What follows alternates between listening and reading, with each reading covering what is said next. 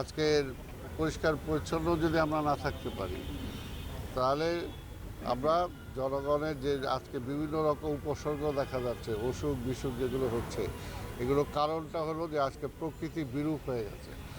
আজকে ঢাকা শহরে গাছ নাই। ঢাকা আজকে যে জায়গায় আমরা দাঁড়িয়ে আছি, এই স্কুলে আমি পড়াশোনা করেছি, এই জায়গায় যে একটা বাগান ছিল, আপনার না দেখলে কল্পনাই করতে পারবেন না। চতুর্দিক ওইদিকে বাগান, এদিকে বাগান, শুধু বার্তা ছিল। এছাড়া এই বাগান আজকে তো সেগুলো নাই। কাজে আজকে একটা জিনিস তো বুঝতে হবে যে আপনারা জানেন যে আমাদের এখানে বিভিন্ন রকম আমাদের ঝড় ঝঞ্ঝা সহ্য করতে হয়। যখন ঝড় আসে, ঝড়ের প্রথম কিন্তু বুক পেতে দেয় সুন্দরবন।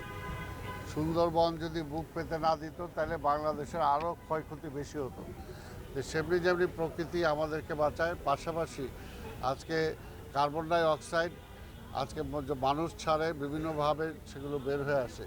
কার্বন ডাই অক্সাইডকে গ্রহণ করবে, গাছ গ্রহণ করবে, এবং কার্বন ডাই অক্সাইড থেকে অক্সিজেন আজকে পাবলিক গ্রহণ করে। তাই যত গাছ থাকবে ততই আমরা অক্সিজেন পাবো, ততই কার্বন ডাই অক্সাইড তারা গ্রহণ করে আমাদের বায়ুটা ভালো রাখবে। কিন্তু আজকে বায়ুতে দূষণে সারা পৃথিবীতে আজকে ঢাকার নাম্বার অনেক উপরে। আমরা নিশ্চয়ই সেটা চাই না। কাজে আমাদের মাননীয় প্রধানমন্ত্রী তারেক রহমান ক্ষমতায় আসার আগে থেকেই এগুলো তার পরিকল্পনা, যে আজকে দেশটাকে যদি সুন্দর করতে হয়, মানুষের জীবন যদি সুন্দর করতে হয়, তাহলে আমাদের প্রকৃতিকে আমাদের আগের পর্যায়ে ফিরে নিয়ে যেতে হবে। সেই কারণে তিনি 25 কোটি গাছ লাগানোর ঘোষণা দিয়েছেন। এবং এই 25 কোটি আবার পরিবেশবিদরা বলেছে বাংলাদেশের যে অবস্থা, এই 25 কোটিও এনাফ না, আরও গাছ লাগাইতে হবে। তো সেই কারণে আজকে এইখানে আমার স্কুল, আজকে এখানে আমার প্রধান শিক্ষয়িত্রী আছে, আজকে পরিবেশের নেত্রী এখানে আছেন।